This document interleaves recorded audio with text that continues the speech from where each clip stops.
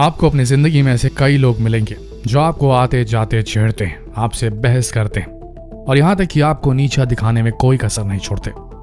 जाहिर है दोस्तों, आप इन सब चीज़ों से परेशान हो जाते होंगे, लेकिन आपको बता दें कि इसमें उनकी गलती नहीं है। असल में ये लोग एक बीमारी से पीड़ित हैं जिसे हम इमेच्योरिटी यानी कि ना समझी कहते हैं। लोग उम्र के साथ बड़े तो हो जाते हैं, लेकिन इन लोगों की समझ बच्चों की तरह होती है। देखा जाए तो इस भीड़ भरी दुनिया में ऐसे लोगों को पहचानना इतना आसान नहीं।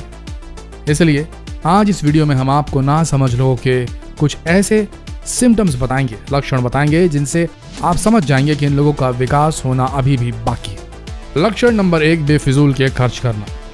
आपने अपनी लाइफ में ऐसे कई लोगों को देखा होगा जो बिना कुछ सोचे समझे लाखों करोड़ों रुपए खर्च कर देते हैं, वो भी उन चीज़ों पर जिसकी उन्हें बिल्कुल भी ज़रूरत नहीं होती।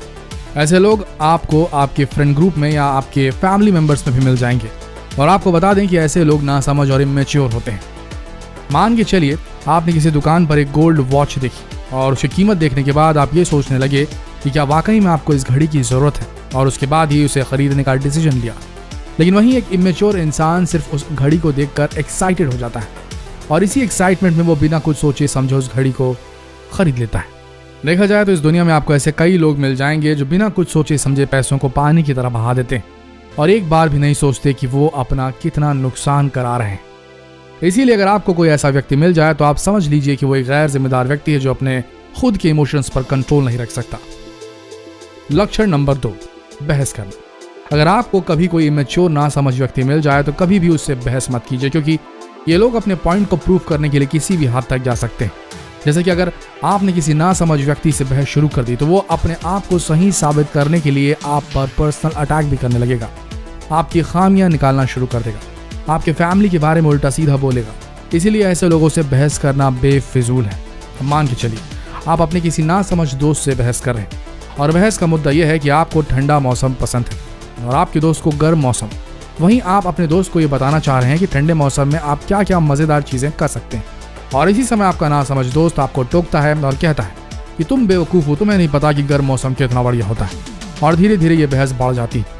बहस इतनी बढ़ जाती है कि आपका ना समझ दोस्त गुस्से से पागल हो जाता है और आप पर पर्सनल अटैक करने लगता है। असल में ऐसे लोग अपने आप को सही साबित करने के लिए पूरी तरीके से अंधे हो जाते हैं और वो सब कह जाते हैं जो उन्हें नहीं कहना चाहिए।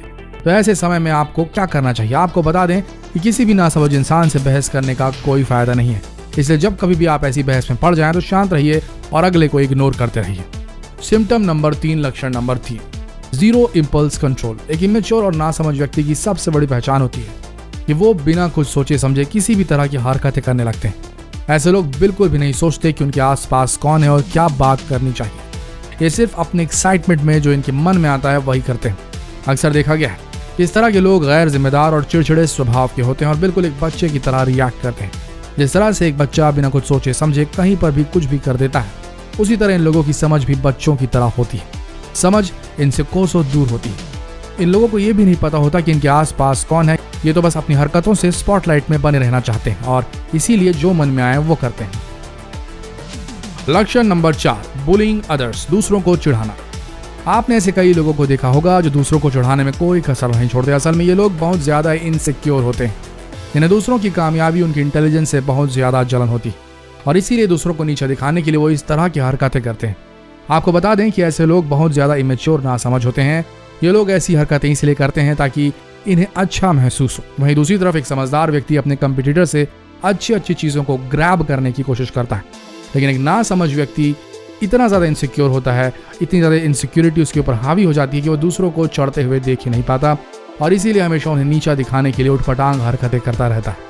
आपको अपनी लाइफ में ऐसे कई लोग मिलेंगे जो अपनी ईगो को सेटिस्फाई करने के लिए दूसरों को नीचा दिखाने में कोई कसर नहीं छोड़ते, और अगर आपको ऐसे लोग मिलें तो उन पर गुस्सा मत होइए। आप ये समझ जाइए कि वो अभी डेवलप नहीं हुए हैं और उनमें समझदारी आना भी बाकी। अगला लक्षण है पुअर लिसनिंग स्किल, न सुन पाने की काबिलियत। आपको ऐसे कई लोग मिलेंगे जो सिर्फ बोलते रहते हैं और दूसरों की नहीं सुनते, और यकीनन आपका सामना ऐसे लोगों से रोजाना होता होगा। ऐसे लोग दूसरों को बोलने ही नहीं देते, सिर्फ अपने पॉइंट को रखते जाते हैं और दूसरों की बातों को काटते जाते हैं। आपको बता दें कि इस तरह के लोगों में इमोशनल मैच्योरिटी नाम की चीज़ होती ही नहीं। इन लोगों को कोई फर्क नहीं पड़ता कि अगला व्यक्ति क्या बोल रहा है और उसका पॉइंट क्या है। ये सिर्फ अपनी धुन में सवार रहते हैं। वहीं दूसरी तरफ एक मैच्योर इंसान दूसरों की बातों को बहुत ही गंभीरतापूर्वक सुनता है और उसके बाद ही अपना पॉइंट रखता है। लेकिन नासमझ व्यक्ति अपने आप को किसी से भी कम नहीं समझता और सिर्फ अपने ईगो को सेटिस्फाई करने के लिए वह दूसरों की बातों को काटते जाता है और उस पर ध्यान नहीं देता। अगला लक्षण है रिफ्यूजिंग टू अपोलोजाइज, माफी मांगने में बिल्कुल गुरेज करना।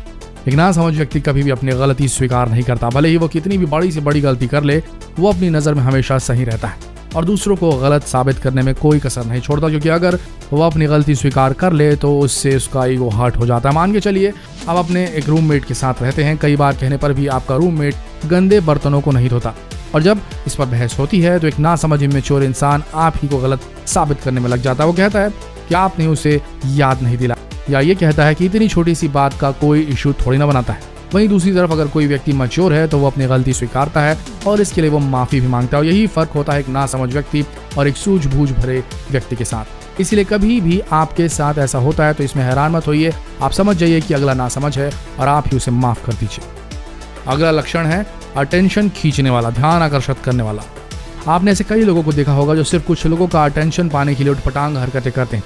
आपको बता दें कि ऐसे लोग नासमझ होते हैं क्योंकि अपनी नासमझी में लोगों का ये ध्यान खींचने की कोशिश करते हैं और इसके लिए ऐसी उठपटांग हरकतें करते हैं जो इन्हें नहीं करनी चाहिए। ये लोग हमेशा स्पॉटलाइट में बने रहना चाहते हैं, ये चाहते हैं कि लोगों का अटेंशन हमेशा इनकी तरफ रहे, लेकिन इनकी इन हरकतों से कई लोग परेशान भी हो जाते हैं।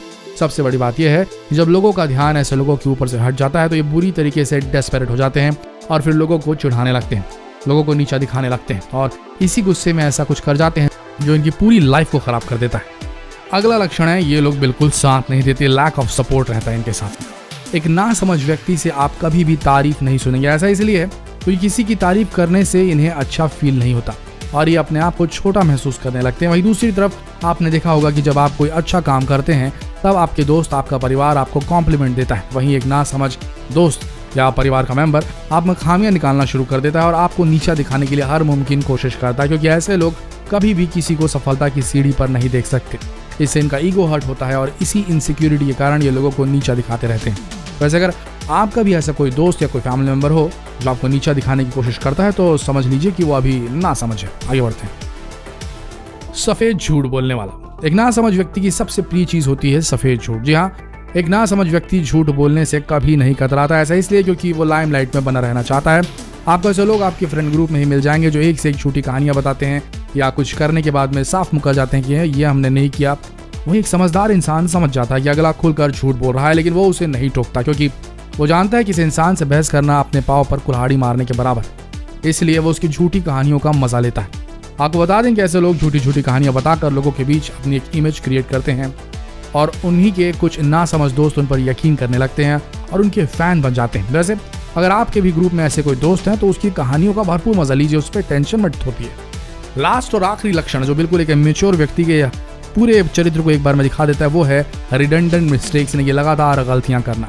नासमझ व्यक्ति की सबसे बड़ी खूबी होती है कि वो एक ही गलती को बार बार दोहराता है। अगर उसे गलतियों का पता भी चल जाए तो भी उसकी गलतियां समाप्त नहीं होती। आप इन्हें कितना भी समझा लीजिए लेकिन वो गलतियां बार बार करता रहेगा। ऐसा इसलिए है कि एक मैच्योर इंसान कभी भी अपनी गलतियों से नहीं सीखता, बल्कि अपने अहंकार के कारण वो अपनी गलतियों को छुपाने की कोशिश करता रहता है और अपनी गलतियों का हांडा दूसरे के सिर पर फोड़ता है ताकि उसका सम्मान और ईगो बरकरार रहे। सबसे बड़ी बात यह है कि गलती करने के बाद भी वो कभी इसे नहीं स्वीकारता और ना ही माफी मांगता है। वहीं दूसरी तरफ एक समझदार इंसान अपनी गलतियों से सीखता है और काम को और परफेक्ट बनाने की कोशिश करता है। तो दोस्तों, अगर आपको भी ऐसे लोग मिलते हैं या मिल जाएं तो उनकी मदद कीजिए उन्हें मैच्योर इंसान बनाने में। उनसे चिढ़िएगा नहीं, लेकिन सावधान रहिए क्योंकि मैच्योर लोग ही या इनके साथ आमना सामना आपका झड़प में न कन्वर्ट हो जाए। आप इनसे बहस में न उलझें, इनसे दूरी बना के रखें, बस इन्हें इग्नोर करते रहें, आप बच जाएंगे। लेकिन एक सवाल आपसे पूछना चाहते हैं। देखिए, इस दुनिया में कुछ भी व्हाइट और ब्लैक नहीं होता। लोगों के अंदर मैच्योरिटी होती है, लोगों के अंदर इमैच्योरिटी भी रहती है। ये परसेंटेज में होता है। आपके हिसाब से इन 10 लक्षणों में से कौन कौन से लक्षण आपके अंदर है?